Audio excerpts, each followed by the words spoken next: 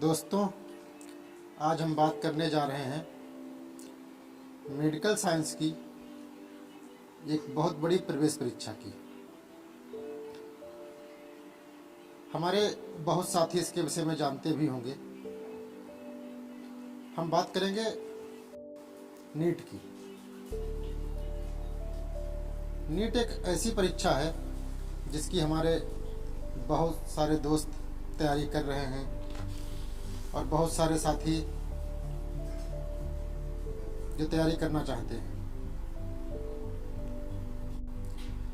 आइए जानते हैं नीट के कुछ महत्वपूर्ण विषय। वैसे तो नीट का हब हमारे भारत में राजस्थान स्टेट के कोटा को मानते हैं, लेकिन इसका ये मतलब नहीं कि कहीं और इसकी तैयारी नहीं होती या कोचिंग सेंटर नहीं है। आप लखनऊ, दिल्ली, कानपुर, इलाहाबाद, बेंगलोर और कई बड़े ऐसे शहर हैं जहां जाकर के आप तैयारी कर सकते हैं और ऑनलाइन प्लेटफॉर्म पे भी इसकी तैयारी कराई जा रही है, वहां से भी आप तैयारी कर सकते हैं। नीट का पेपर दो प्रकार से होता है, एक अंडर ग्रेजुएशन और एक पोस्ट ग्रेजुएशन। तो पहले हम जानते हैं अंडर ग्रेजुएशन की जो एग्जाम होता है वो मुख्यतः MBBS, BDS जैसे ग्रेजुएशन कोर्सों के लिए होता है, और वहीं दूसरा पोस्ट ग्रेजुएशन एग्जाम जो होता है वो MD, MS जैसे पोस्ट ग्रेजुएशन कोर्स के लिए होता है। नीट की परीक्षाएं भारत में हर साल कराई जाती हैं। अभी तो कुछ सूत्रों के मुताबिक जानकारी प्राप्त हुई है कि साल में नीट की परीक्षाएं 2 बार कराई जाएगी। हालांकि ऐसी अब इसकी अभी पुष्टि नहीं हुई है। अगर पुष्टि होगी तो आपको जानकारी दी जाएगी। नीट से पहले भारत में लगभग 90 तरह के मेडिकल एग्जाम कराए जाते थे। AIPMT, CPMT जो CBSE बोर्ड द्वारा कराए जाते थे, और हर प्रदेश अपनी अलग अलग प्रवेश परीक्षाएं कराता था, जिससे छात्रों को समय और पैसा दोनों ज़्यादा खर्च करना पड़ता था। लेकिन फिर एक ऐसा एग्जाम बनाया हमारी भारत सरकार ने जिसमें सारे एग्जाम बंद करके एक ही एग्जाम तैयार किया, नीट। अब हम बात करेंगे नीट के लिए योग्यता उम्र की और भाषा की।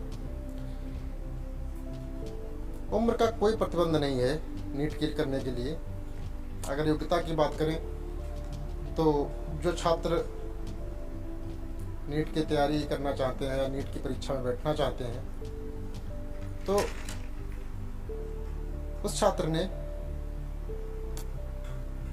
या तो इंटर में प्रवेश लिया हो या इंटर पास हो, और इंटर उसने साइंस विषय से किया हो जिसमें फिजिक्स, केमिस्ट्री और बायोलॉजी ली हो।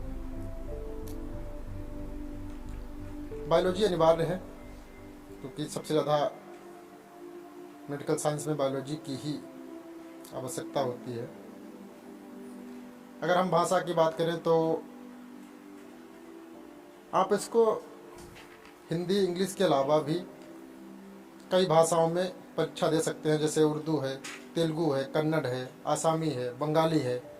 इस प्रकार के कुल 16 भाषाओं में आप परीक्षा दे सकते हैं। नीट का प्रश्न पत्र 16 भाषाओं में बनाया जाता है ताकि अलग अलग राज्यों में किसी को कोई असुविधा ना हो और अपने राज्य की भाषा और अपनी स्थानीय भाषा जो भी है उसमें छात्र आराम से परीक्षा दे सके। प्रश्न पत्र में अभी 2022 से पहले 180 क्वेश्चन होते थे। प्रत्येक क्वेश्चन 4 अंक का होता है, लेकिन अभी सूत्रों के मुताबिक ये जानकारी मिली है कि अब जो नीट की परीक्षाएं आयोजित होंगी उसमें क्वेश्चन पेपर में 200 क्वेश्चन होंगे, जिसमें छात्र को 180 ही करने होंगे। 20 क्वेश्चन अतिरिक्त दिए जाएंगे विकल्प के तौर पे। और क्वेश्चन इस प्रकार से होते हैं, 50 क्वेश्चन फिजिक्स के, 50 क्वेश्चन केमिस्ट्री के और 100 क्वेश्चन बायोलॉजी के होंगे। अभी तक ऐसा होता था कि 45 क्वेश्चन फिजिक्स और केमिस्ट्री के रहते थे और 90 क्वेश्चन बायोलॉजी से होते थे। चलो, एक अच्छा विकल्प दिया है हमारे विषय विशेषज्ञों ने, 20 अंक का विकल्प मिल गया है छात्रों को, उसमें कुछ ना कुछ फायदा ही होगा। अब बात करते हैं इसकी एक और सबसे बड़ी जानकारी की। प्रत्येक क्वेश्चन 4 अंक का होता है। अगर आप एक क्वेश्चन सही करते हो तो आपको 4 अंक मिलते हैं। वैकल्पिक क्वेश्चन होते हैं, बहुविकल्पी, मल्टीपल चॉइस, आपको एक सही टिक करके उत्तर देना है। अगर आप एक उत्तर सही देते हैं तो आपको 4 अंक मिलेंगे, और वहीं पे अगर आप उस क्वेश्चन का गलत उत्तर देते हैं तो आपके जो प्राप्त अंकों में से 1 नंबर काट लिया जाएगा, जिसको हम सरल भाषा में माइनस मार्किंग या नेगेटिव मार्किंग भी बोलते हैं। 2022 से पहले ये प्रावधान था कि आप एक निश्चित उम्र तक ही परीक्षा में बैठ सकते हैं, लेकिन अभी 2022 से ये प्रतिबंध हटा लिया गया है। अब आप किसी भी उम्र में हो, आप नीट की परीक्षा में बैठ सकते हैं और उसकी तैयारी कर सकते हैं। नीट की परीक्षा देने के लिए उम्र का कोई प्रतिबंध नहीं है, आप किसी भी उम्र में परीक्षा दे सकते हैं और कोई अटेम्प्ट का नहीं है। आप चाहें जितनी बार अपनी लाइफ में, जितनी बार चाहें उतनी बार परीक्षा में बैठ सकते हैं। अगर आपको जानकारी अच्छी लगी हो तो हमारे चैनल को सब्सक्राइब करें, लाइक करें और अपने दोस्तों को शेयर करें, ताकि वो लोग भी नई जानकारी से जुड़ पाएँ। और जो छात्र तैयारी कर रहे हैं उनके लिए हमारी बहुत बहुत शुभकामनाएं।